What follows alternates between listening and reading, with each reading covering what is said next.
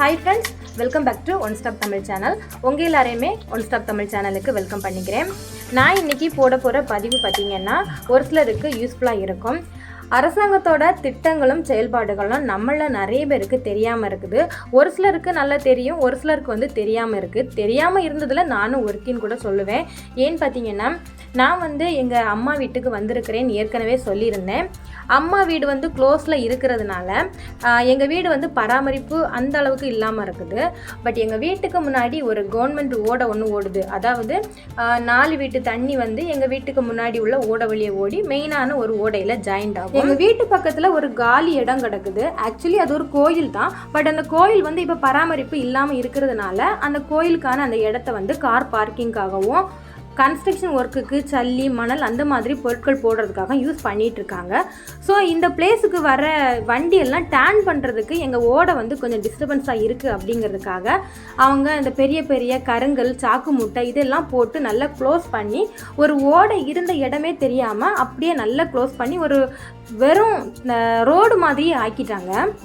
நானும் எங்கள் அக்காவும் அம்மா இறந்ததுக்கு அப்புறம் ஒரு அஃபிஷியல் விஷயத்துக்காக தான் 1 வீக் எங்கள் அம்மா வீட்டுக்கு வந்திருக்கிறோம்.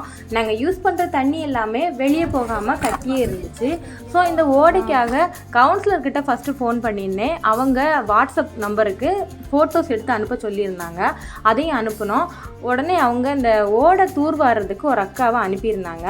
அவங்க பார்த்துட்டு இதில் ஓடையே இல்லையே எப்படி தூர்வார முடியும் அப்படின்னு கிளம்பிட்டாங்க.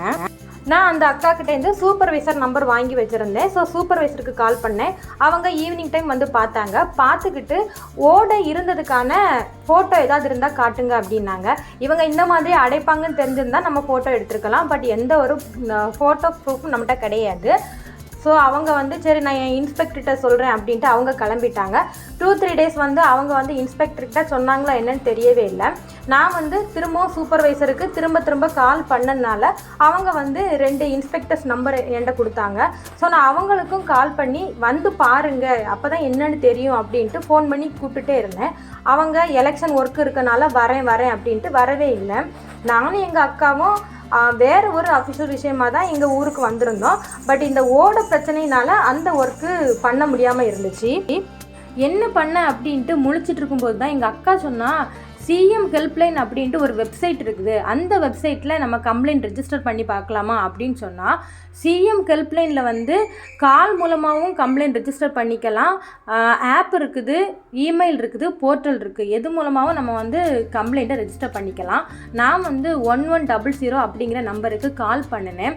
ஃபஸ்ட்டு கால் பண்ணும்போது ஒரு கம்ப்யூட்டரைஸ்டு வாய்ஸ் கேட்டுச்சு. அதாவது நம்ம ஏர்டெல் இதுக்கெல்லாம் நம்ம பேசும்போது ஒரு கம்ப்யூட்டரைஸ்டு வாய்ஸ் கேட்கும்ல, அதே மாதிரி ஒரு வாய்ஸ் தான் கேட்டுச்சு. அதுக்கப்புறம் தான் ஒரு லேடி பேசினாங்க. அவங்க என்ன கம்ப்ளைண்ட் அப்படின்ட்டு நம்மகிட்ட கேட்பாங்க. அது மட்டும் இல்லை, நம்ம தாலுக்கா வட்டம் டிஸ்ட்ரிக் இதெல்லாம் கரெக்டாக சொல்லணும். ஃபஸ்ட்டு நான் சொல்லும்போது என்னுடைய வட்டத்தை தப்பாக சொல்லிட்டேன். ஸோ அவங்க கரெக்டான அட்ரஸை நீங்கள் கொடுக்கணும். அதனால் கிளியராக கேட்டுட்டு திரும்ப போடுங்க அப்படின்னு சொல்லியிருந்தாங்க.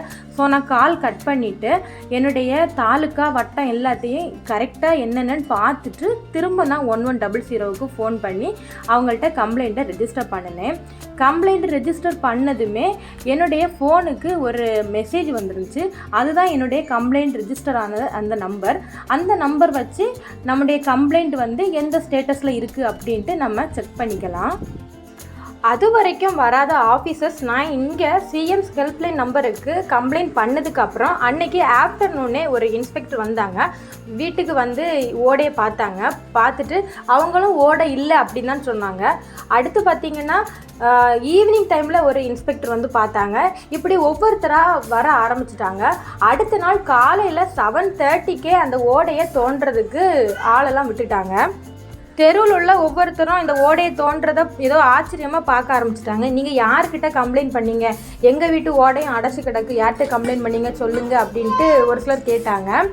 நம்ம டைரெக்டாக இந்த சிஎம் செல்லுக்கு கம்ப்ளைண்ட் பண்ணக்கூடாது. எந்த ஒரு இதுவாக இருந்தாலும் ஃபஸ்ட்டு ஆஃபீஸர்ஸ் மூலம் மூவ் பண்ணிவிட்டு அவங்க பண்ணலை டிலே பண்ணுறாங்க அப்படின்னா மட்டும்தான் நம்ம இந்த சிஎம் செல்லுக்கு கம்ப்ளைண்ட் பண்ணணும்.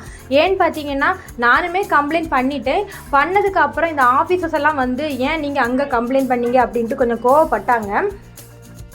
எது எப்படியோ 2 நாள்லயே காணாமல் போன எங்கள் ட்ரைனேஜ் ஓடையை நாங்கள் கண்டுபிடிச்சிட்டோம். அதுக்கு காரணமே அந்த சிஎம் ஹெல்ப்லைன் தான்.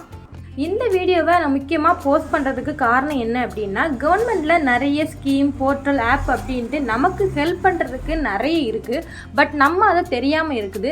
நானுமே தெரியாமல் இருந்திருந்தேன். இந்த சிஎம் ஹெல்ப்லைன் பற்றி எனக்கு தெரியாமல் இருந்துச்சு. எங்கள் அக்காவுக்கு தெரிஞ்சதுனால அவள் எனக்கு சொன்னால். ஸோ நாங்கள் கம்ப்ளைண்ட்டை அங்கே ரெஜிஸ்டர் பண்ணி ஈஸியாக எங்களுக்கு வேலை முடிஞ்சிச்சு. இதே மாதிரி உங்களுக்கும் ஏதாவது பிரச்சனை இருந்துச்சு, ஏதாவது வேலை நடக்கலை அப்படின்னா நீங்களும் இங்கே கால் பண்ணி சொல்லலாம். இல்லைன்னா ஆப்லேயே நீங்கள் ரெஜிஸ்டர் பண்ணிக்கலாம். இந்த வீடியோ உங்களுக்கு யூஸ்ஃபுல்லாக இருக்கும், அதாவது யாராவது ஒருத்தங்களுக்காவது யூஸ்ஃபுல்லாக இருக்கும் அப்படிங்கிறதுக்காக தான் இந்த வீடியோவை நான் அப்லோட் பண்ணுறேன். இந்த வீடியோ உங்களுக்கு யூஸ்ஃபுல்லாக இருந்துச்சுன்னா கமெண்ட் பண்ணுங்கள். வீடியோ பிடிச்சிருந்துச்சு அப்படின்னா மறக்காமல் லைக் பண்ணுங்கள். எங்கள் வீடியோவை பார்த்ததுக்கு ரொம்ப நன்றி. தேங்க்ஸ் ஃபார் வாட்சிங்.